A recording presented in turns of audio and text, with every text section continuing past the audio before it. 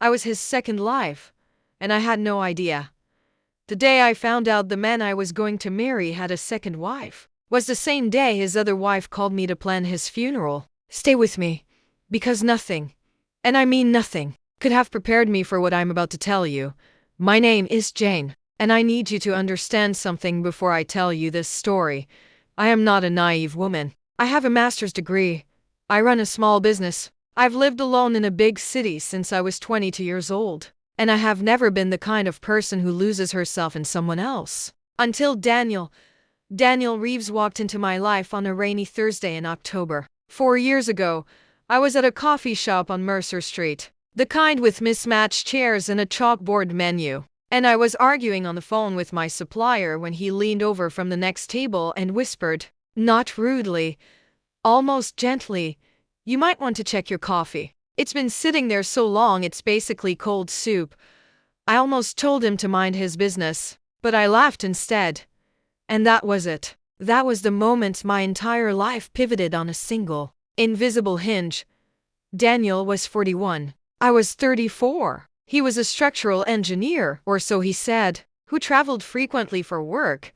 He had salt and pepper hair and these dark, steady eyes that made you feel like he was really, truly listening to you. In a world full of people waiting for their turn to speak, Daniel made you feel heard. Our first date was dinner at a small Italian place he said he'd been to a couple of times.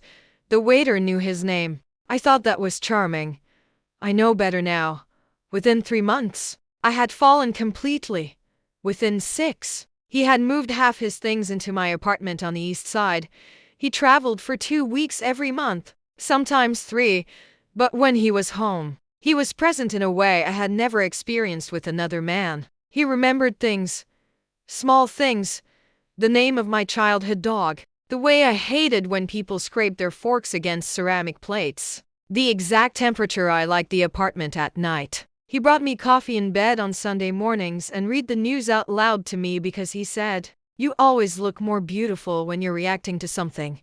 God, even now, part of me aches saying that. I told my best friend, Rita, that I was going to marry this man. She met him twice and said he was almost too good. I told her she was jealous. She wasn't. She was perceptive. There's a difference, and I didn't understand that yet. The first strange thing happened 14 months into our relationship. I was doing laundry, Daniel's shirts, because he'd asked me to start a load before he got back from his trip to Cleveland. And inside the breast pocket of his gray Oxford shirt, I found a receipt. It was from a restaurant in Columbus, Ohio, not Cleveland. I held that receipt for a long time. I told myself it was nothing. Maybe he'd passed through Columbus on the way. Maybe the trip had changed. Maybe I was being paranoid. One of those insecure women he gently teased me about once. Some women turn every little thing into a mystery, Jane. I'm not that complicated. I threw the receipt away. That was my first mistake. The second strange thing happened 2 months later, when Daniel left his second phone on the bathroom counter. Yes, his second phone. He'd told me it was a work phone. I'd seen it before. A plain black device, always face down. When I mentioned it once, he'd said, "Project communications. Boring stuff. Clients who don't respect boundaries." He'd laughed. I'd let it go. But that morning, it buzzed on the counter while he was in the shower, and the screen lit up. "Good morning, baby. The kids are asking for you." The kids. I put the phone back exactly where it was. I went to the kitchen. I poured myself a glass of water and drank it standing over the sink, looking at nothing. My mind completely blank in the way it goes blank when it's protecting you from information you're not ready to receive. When Daniel came out, he saw the phone immediately and slipped it into his pocket without a word. He kissed me on the cheek. He said, "Morning, beautiful." He made us both eggs. And I said nothing. I said nothing because I wasn't ready for the world to shift. Because when you love someone, truly love them, you develop a kind of voluntary blindness. Not stupidity, not weakness, survival. Because somewhere deep in you, you already know. And knowing means losing. And losing means grief. And grief is a door you can only walk through once you've gathered the courage to touch the handle. I wasn't there yet. But I was getting close. It was a Tuesday. March. Cold the way March is cold. Not winter cold, but the mean, stubborn cold of a season that refuses to leave. Daniel was away. He'd been gone for 11 days. He said this project in Pittsburgh was running over and he'd be home by the weekend. I'd grown used to the waiting. I'd built a life around his absences. My work, my friends, my routines. I was good at waiting. My phone rang at 2:17 in the afternoon. Unknown number. I almost didn't answer. Is this Jane? A woman's voice. Calm. Almost eerily calm. Yes. I said. Who is this? There was a pause. And in that pause, I felt my whole body go cold. My name is Sandra Reeves, she said. Daniel's wife. His actual wife. We've been married for 9 years.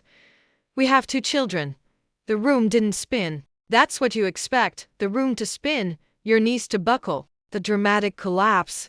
It wasn't like that. It was more like the floor became very, very still. Like everything in the world stopped moving. I'm calling because Daniel was in an accident, Sandra continued. He's in the hospital.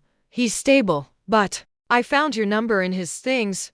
I've been finding a lot of things. She didn't cry. Neither did I. Not yet. How long? I asked. I think, the whole time, she said softly. I think the whole time. We stayed on the phone for 4 minutes and 12 seconds. I know because I checked when it was over. Needing something concrete, something measurable. In a moment where everything else had become completely unmeasurable. Sandra was 43, a school librarian. She lived in a suburb of Columbus, Ohio. Columbus, not Cleveland, not Pittsburgh, not any of the cities he'd named like a man casually dropping coins into a fountain. She had 2 children, a boy named Marcus, age 7, and a girl named Lily, age 5. Lily was 5, which meant that when Daniel was making eggs in my kitchen, calling me beautiful, learning the name of my childhood dog, Lily had been 2 years old, tottering around a house in Columbus calling for her daddy, a daddy who was also here, also mine, also someone else's everything. I went to see him. I know, but you have to understand, when you love someone for 2 years, when you've planned a future with them, when their voice is the last thing you hear before you fall asleep, you don't just sit still. You go. You look them in the eye. You demand the truth from the person who owes it to you. Daniel was in a hospital bed in Columbus. I drove for hours. I didn't tell Sandra I was coming. I don't think she would have stopped me. He looked smaller in that bed. People always say that the people who hurt us look smaller when we finally see them clearly. It's true. It's as if the lie was scaffolding holding them up. And once the lie collapses, there's just the ordinary, diminished human being underneath. He saw me walk through the door and his face did something I had never seen it do. It folded.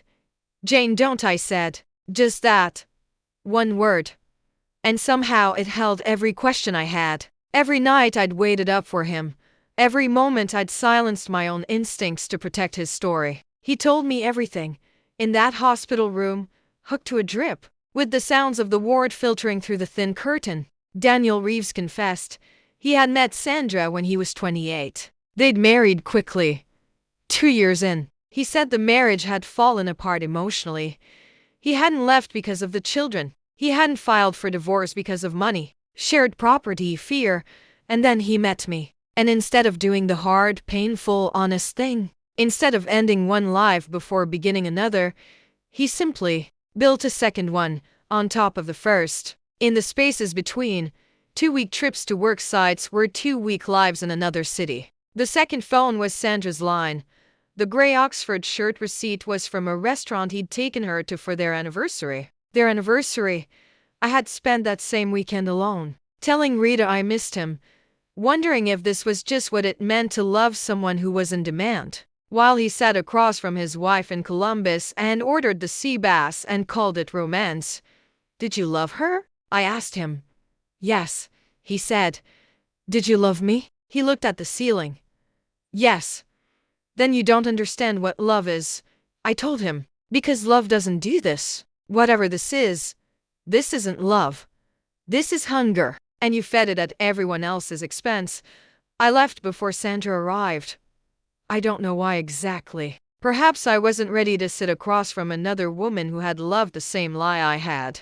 Perhaps I knew that if I saw her face, something in me would shatter that I might not be able to put back together. Perhaps I was just finally ready to stop being brave for someone who didn't deserve it. People who haven't been through something like this imagine that discovering the truth is the hardest part. It isn't.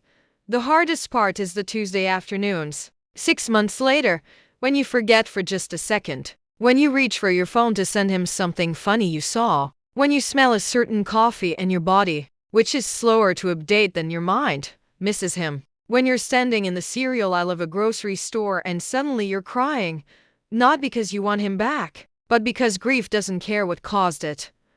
Grief just shows up.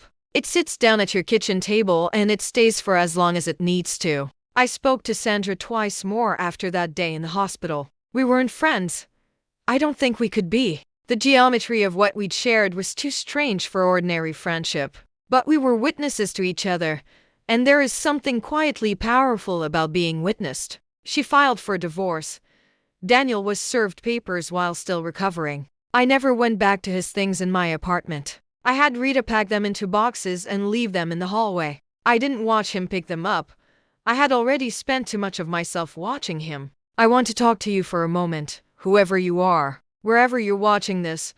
I want to talk about the thing we don't say out loud, which is this.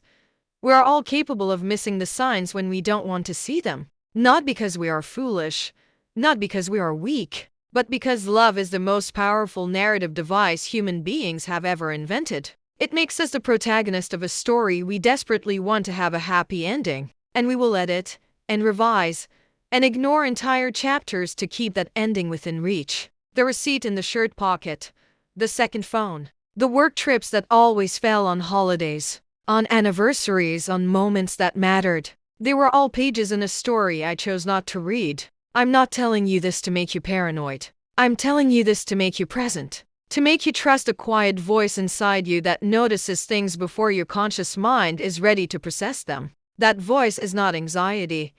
That voice is not insecurity. That voice is you, the deepest, most honest version of you, trying to protect the life you deserve. Listen to it. It's been 2 years since that phone call. I still live in the same apartment. I thought about moving, but I decided I didn't want the light to take my home too. I repainted the bedroom, moved the furniture, planted herbs in the kitchen window that Daniel always said would die because I didn't get enough sunlight. They didn't die. They're doing beautifully. I am not in a relationship. I'm not in a hurry to be. I've learned something about solitude that I never expected to learn. That it is not the absence of love. It is the presence of yourself. And I had spent so many years filling every quiet moment with someone else's noise that I had almost forgotten what my own quiet sounded like. It sounds like herb pots by a window.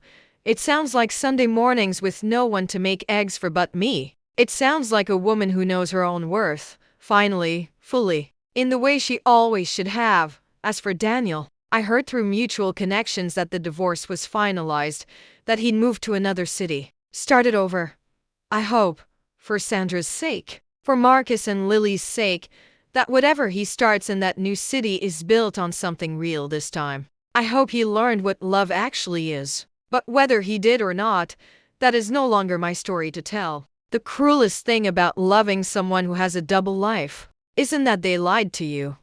It's that for a long time, you were the most real thing in theirs.